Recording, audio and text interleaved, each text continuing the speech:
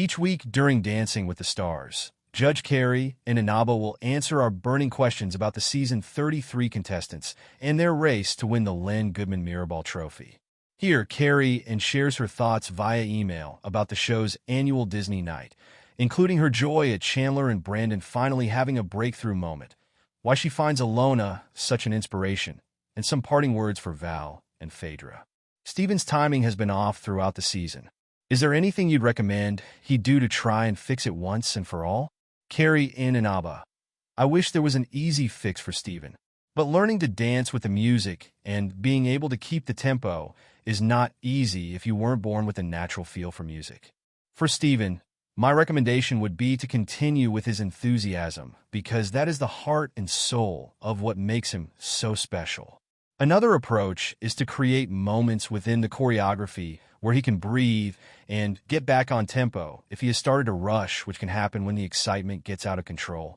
Steven needs to practice with the music and know that the music and the movements are absolutely dependent on each other for great performance. They don't exist in a bubble, one without the other. Last night's performance was really fun. His Herculean effort in that high-octane, jam-packed Charleston choreography really started off the night with a bang. And a lot of confetti, so much so I couldn't see what I was locking in for my scores. You spoke a lot to the chemistry between Jen and Sasha, but then things got kind of weird when Julianne asked about it in the skybox. What was happening there? Sasha and Jen have a really great connection. When I talk about the chemistry, I don't mean it in a sexual way.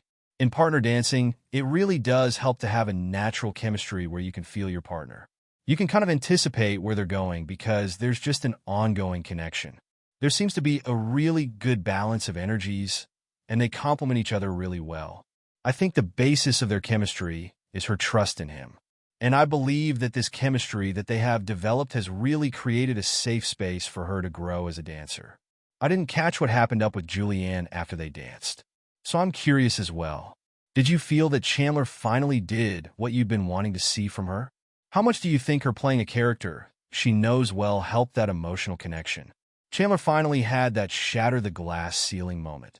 Sometimes the contestants need to get angry or frustrated for real to get them to dance with true passion. When she dances like that with purpose and passion, it takes her to a completely different level. Bravo, Chandler. I knew you could do it.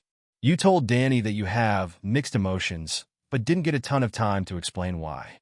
Can you elaborate on that? Yes, that comment was a bit confusing. Sometimes I'm still formulating my thoughts on the performance when it's already my turn to speak. I just have to go, and you hear my thinking process.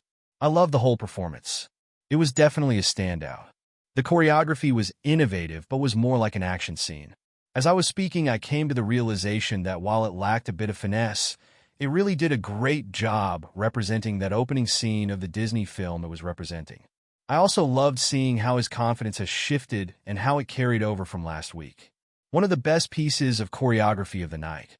Is there something new next week that you think Dwight and Daniela can do to continue to conquer the challenge of the height difference? Oh, that's a tough question. It depends on what dance he is next week. But if Dwight really works on maintaining proper frame on his own, since the actual hold and points of contact really can't be done in the traditional way, it could impress us all. A few notes would be for him to lead with his movements more and less with facial expressions.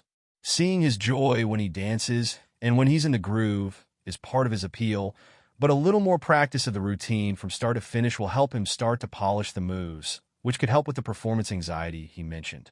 Rehearsing in an outfit that is similar to what you will be wearing as far as texture and movement goes is helpful.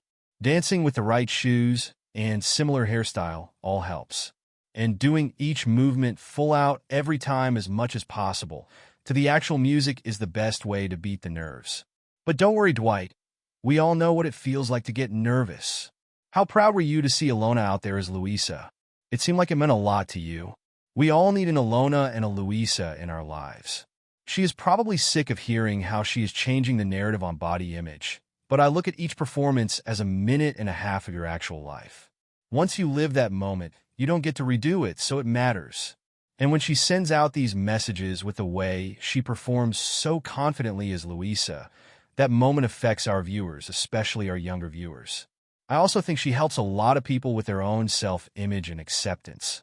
Being confident in being who you are is a powerful example to set. And that was the character Louisa, and it is Alona. What was happening with your paddles there? You seem to be having particular trouble with them this season. I'm definitely having paddle issues this season, and I apologize for holding up the wrong paddle, as hopefully that was the last time. Our production designer, James Yarnell, and I will be fixing the issue for next week. Do you think the team dances exposed or highlighted any weaknesses? Can you point to any in particular? It's interesting to see how they dance in a group because you can make direct side-by-side comparisons in ways we can in others. The group numbers can really help some couples because they get to work and learn from other people in the group. It's always fun, but I did see a few things. Any parting words for Phaedra and Val? I was sad to see Phaedra and Val go. I loved that choreography Val created for her. The staging was fantastic, and the nods to Foss made me smile.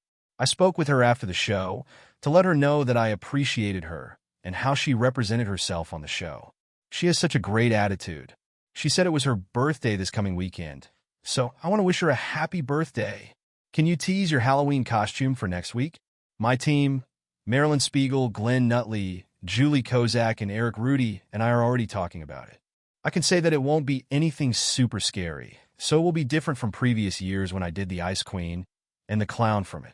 You'll have to tune in to see. I hope we don't disappoint.